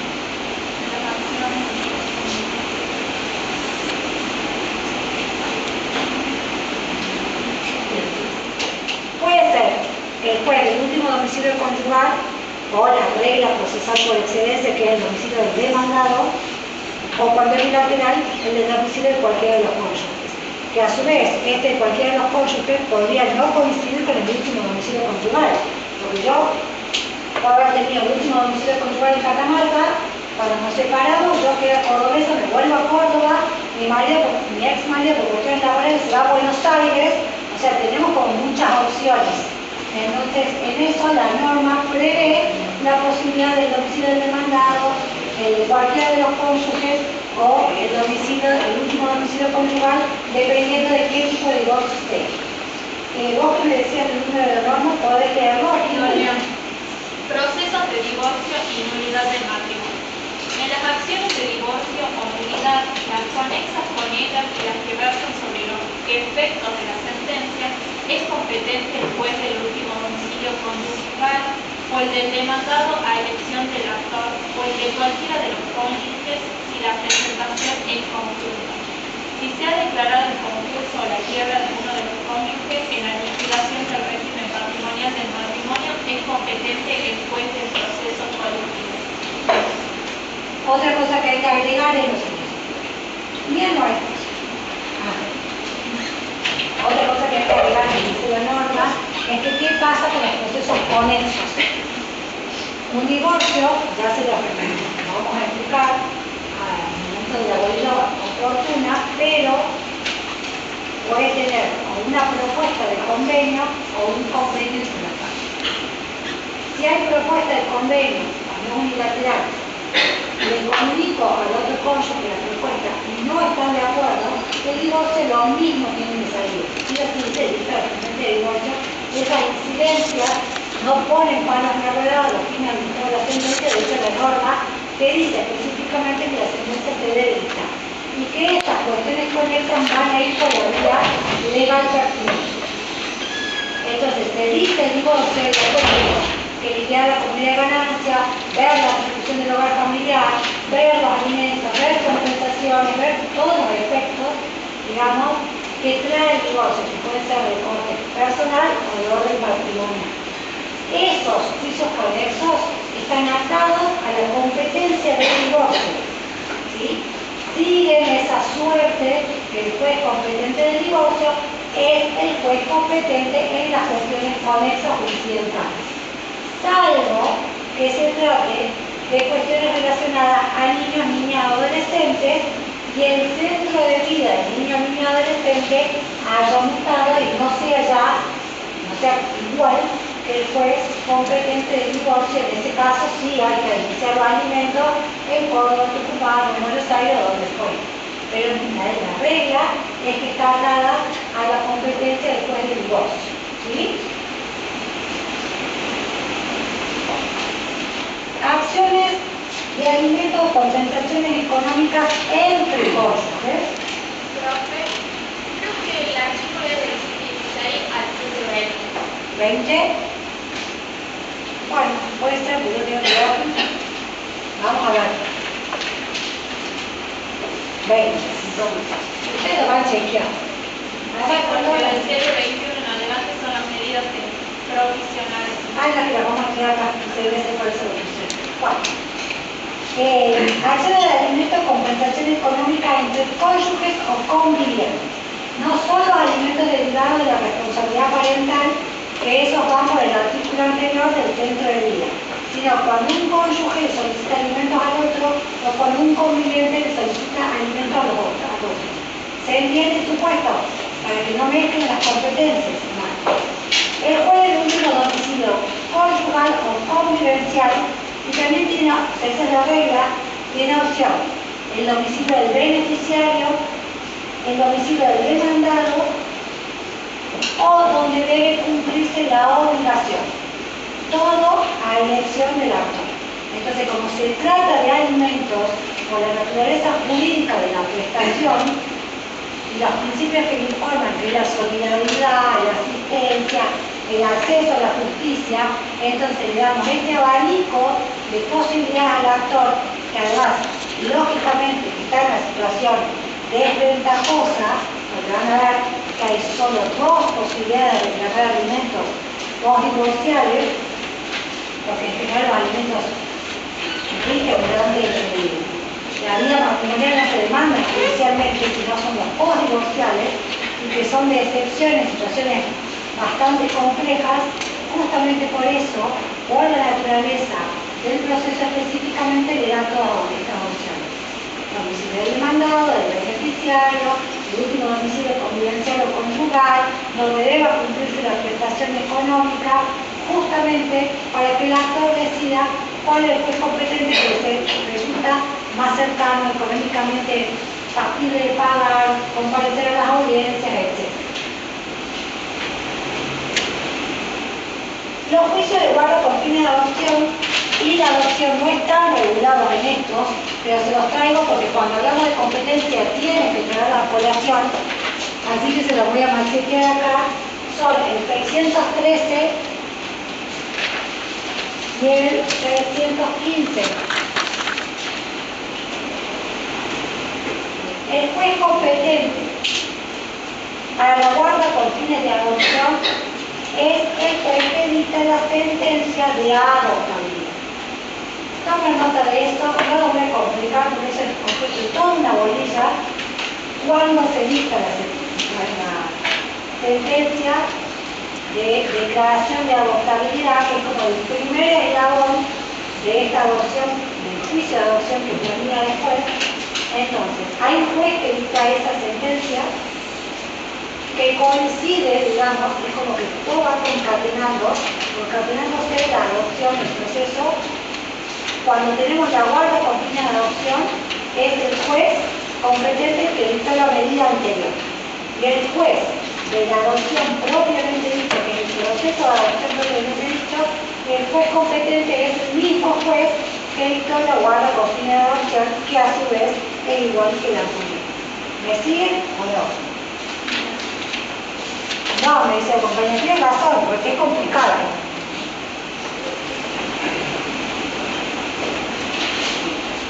Hay un juez, por eso digo, no les quiero, es un proceso muy complicado, que va a dictar como primera medida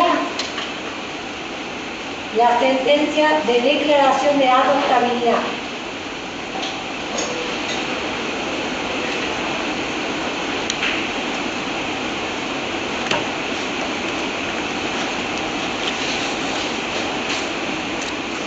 ¿Esto qué quiere decir? Palabra simple y sencilla, que ese niño adolescente está en condiciones de ser adoptado por un montón de circunstancias que ahora no la vamos. Esa sentencia, este es el juez. Después, ¿qué sigue? O sea, ese mismo juez va a declarar la guarda con fines de adopción. Ese niño o niña adolescente va a vivir ya con los pretensos adoptantes durante un lapso de 6 meses, a los fines de que es un periodo que la ley entiende, donde los pretensos adoptantes cumplen con todo lo que cualquier madre o padre, digamos, para hablarlo en términos sencillos y coloquiales, con todas las normas de la responsabilidad parental. Entonces, le brindan amor, le brindan asistencia, le quitan su desarrollo, le escolarizan, o sea, viven la vida como padres e hijos. Es un periodo de 6 meses. Y después de ese periodo viene el juicio de adopción propiamente dicho.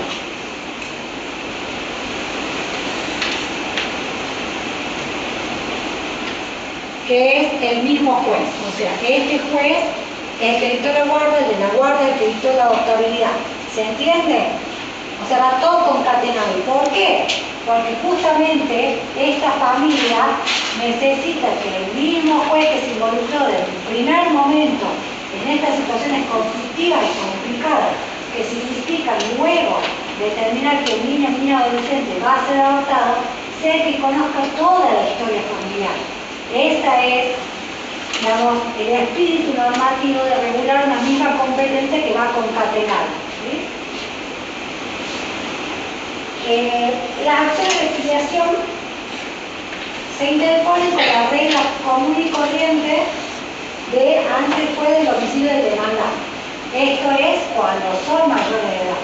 Entonces, si yo soy mayor de edad y quiero iniciar un juicio de reclamación de filiación contra mi presunto padre, al domicilio del demandante. Esa es la regla.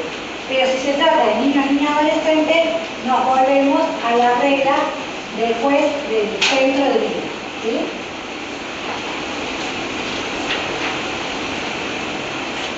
Medidas provisionales. Bueno, ¿alguna pregunta sobre competencia? Medidas provisionales. Una pregunta. La primera, primero declara la sentencia de adaptabilidad. Adoptabilidad. Adoptabilidad. Y después viene la declaración de guarda. Guarda con fines de adopción, no guarda común, guarda con fines de adopción. Porque ahí anoten bien porque hay otro tipo de guarda. Medidas provisionales, como la compañera nos dijo, está en el artículo 721. ¿Sí? 721. Son medidas que están relacionadas, que tienen que ver con este principio de ejecutoriedad de las sentencias, pueden estar relacionadas con las personas o con los bienes. Las medidas respecto de los bienes son las medidas clásicas que se conocen. Embargo, imposiciones, revisión de innovar, etcétera, etcétera.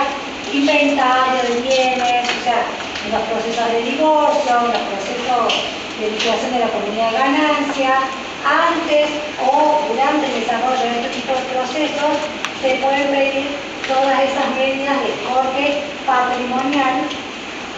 Normalmente la diferencia, o sea, las medidas que son las que nosotros conocemos como medidas cautelares, ¿sí? Que requieren que de la solicitud del derecho, Peligro de la mora y contra cautela. no se establece. En general, en los procesos de familia no se requiere como una cautela, ¿sí? Y a lo sumo alguna caución juratoria hemos visto, pero no mucho más que eso. Las patrimoniales, lo recomendable es que tengan un plazo, ¿sí? Para que no se dicten sine die y in aeternum, afectando el derecho de la contraparte. Y esas son a periodo de parto, o sea, son bien como las clásicas medidas cautelares. Y el corte personal, digamos, pueden ser a periodo de parte o de oficio, tienen la resolución del derecho y el periodo de la demora, pero inclusive se ve flexibilizado estos recaudos porque la verosimilitud del derecho normalmente, o el periodo de la demora, normalmente queda implícito es de la petición en sí misma.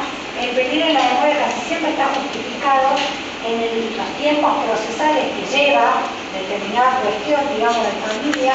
Entonces, a medida que pasa el tiempo, se va el desmedro de los derechos comprometidos. El caso típico es de los alimentos provisorios.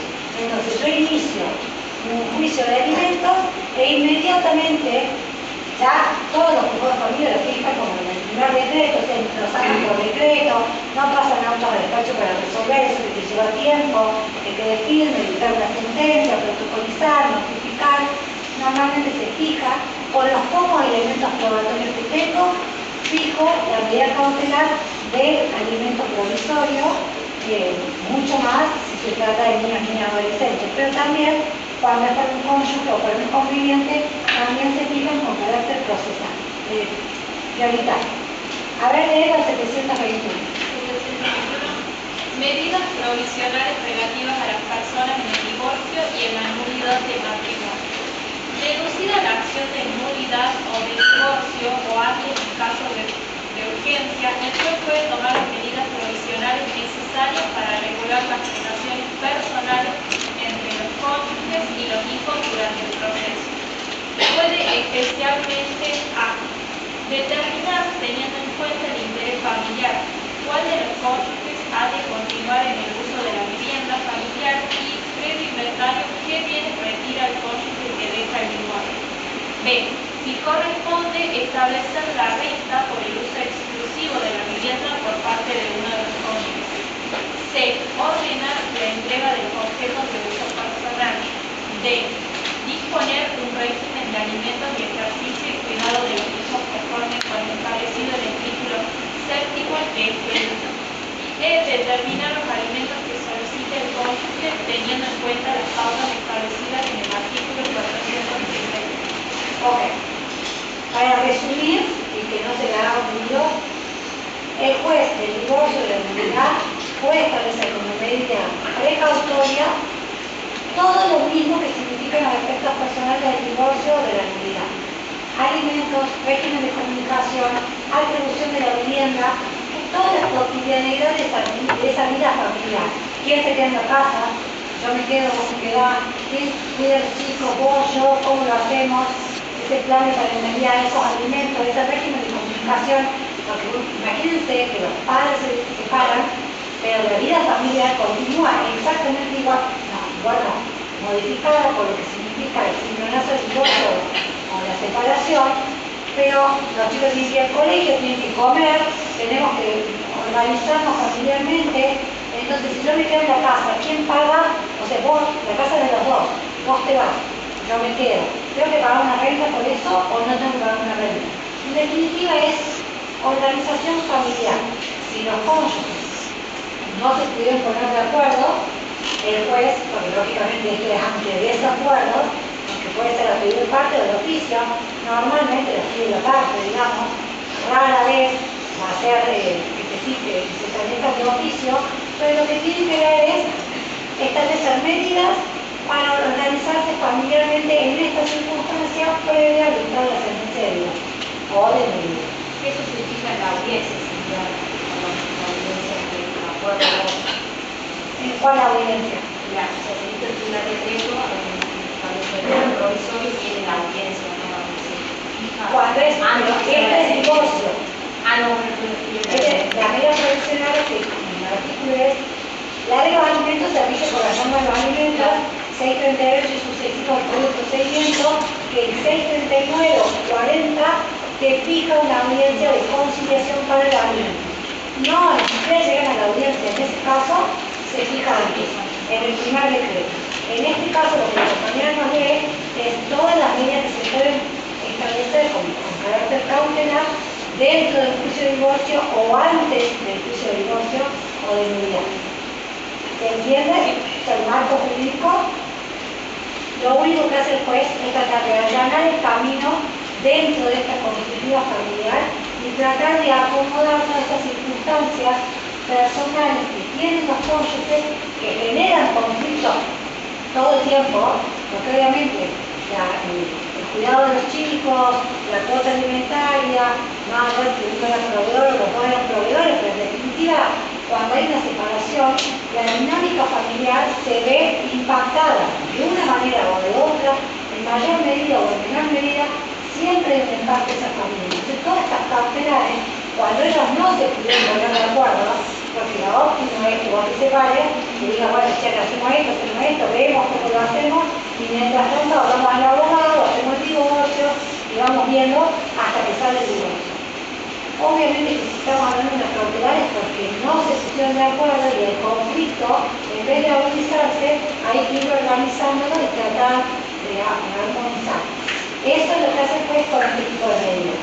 Normalmente estas medidas no tienen un plazo como las cautelares genéricas, digamos, o como las patrimoniales, por ahí se fijan, luego se van a modificar si las circunstancias se modifican, pero no por un plazo legalmente establecido de meses o lo que fuera, o hasta que se inicie alguna otra acción, sino que puede prorrogarse en un tiempo bastante, de hecho se prorroga.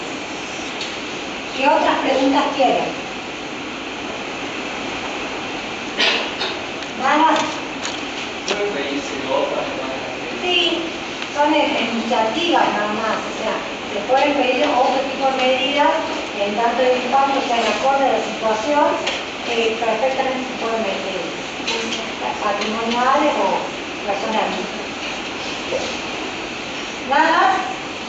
Bueno, me gusta conocerlo, lo vemos la próxima clase. Que me toca a mí, digamos, no sé qué tiene.